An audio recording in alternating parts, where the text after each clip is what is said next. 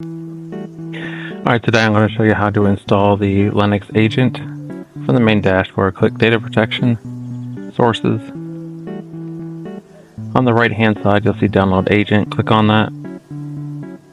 Then for there, we're going to focus on Linux today. So we hit the down arrow, or the drop down rather. You have the script installer, which is what a lot of people used to use, but now we have our different, the RPM, Debian, SUSE, and PowerPC. We're going to click on Debian here and hit the drop down to download it. And now it's going to download our file.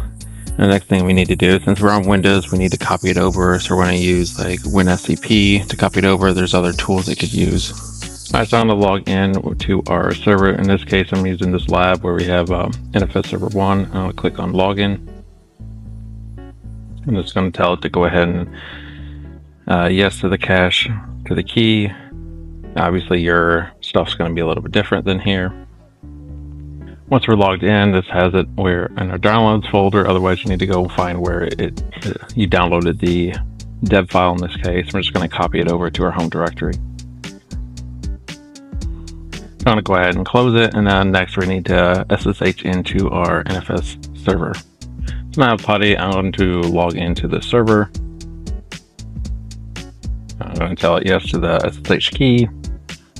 Now we're logged in. Now if you're like me and can't see as I'm getting older, I like to go ahead and PuTTY and change settings. And yes, you can save these, but just in case you didn't know you could do this, I like to change the appearance to the console, and I don't know, I'll make it 16 or 18. And I also like to change the colors. And I just nuke these. I do this because my first computers had the green screen, and that's why I always like the green screen. It reminds me of my early days getting into computers. So we're in the home directory. If I do an ls, I can see the file there, the step file. Now we need to go ahead and do the installation. So because we're on Debian, we're gonna do sudo to make this as root. And then you can hit tab complete because it is Linux, just like you can on Windows command line, and just hit enter. So what it's doing is unpacking it and installing it. You see some information listed here. So then we will let this run. Now it's done, it's pretty quick, and we can go in and try to do the registration process. Now if you have Linux firewalls and stuff enabled, we do need port 551 open via TCP to be able to connect to our Cohesity cluster. That's what we're going to use to connect and talk to the agent and tell it to do the backups. A couple things to note: that this installs in the OPT directory. So we see a Cohesity, and we're just gonna go down from there.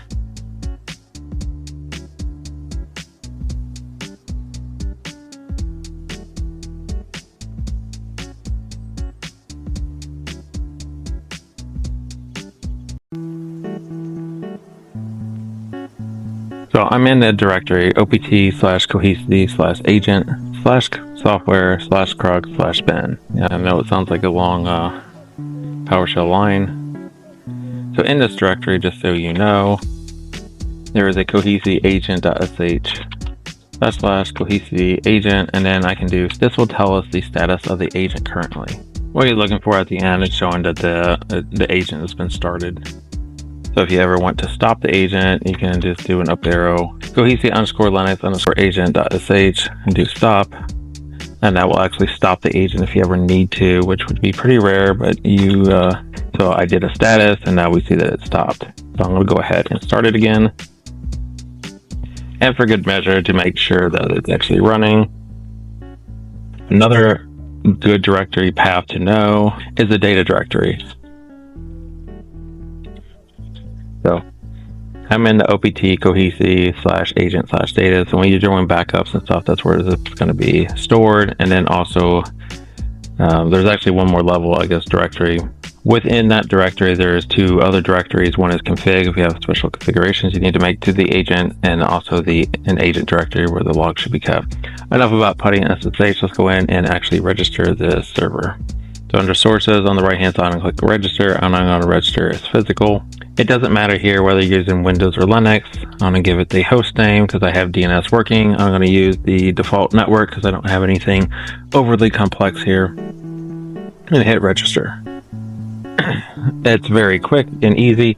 If this was an Oracle server, we could hit the 3 dots and register as Oracle. I'm not usually doing that here. You'll see a couple other things when I want to create a protection group. We have both block-based and file-based, collect diags, so on and so forth. Or if you want, you can click protection, click protect, and then do physical server, and we're going to do file-based.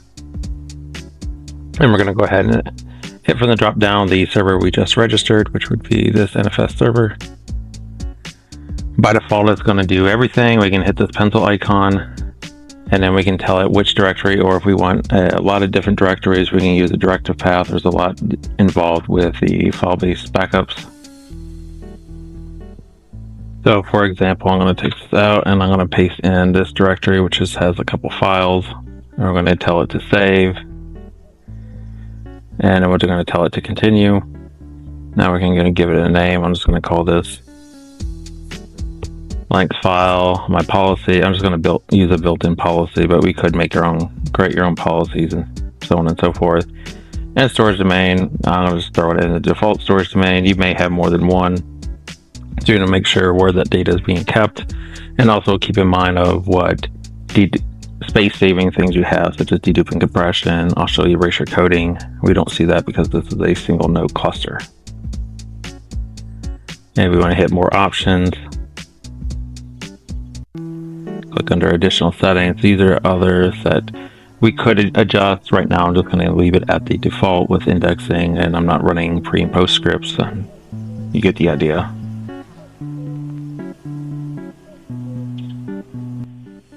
Click protect, and now it's going to run. While it's running, go back here. While it's running, we can click on the protection group name. We can get a list of the runs, and it looks like it's already done. But we could, if we wanted details, we can click on here, click on the server in question. So we only have one server. Maybe this had several different servers. Then we could click and find out more information. You see some rough data here. And this gives us more of the nuts and bolts of what's going on as far as your backup's concerned. Nothing too important to pay attention other than I like to point out the diff streamer is kind of what we call when we're doing a file-based backup.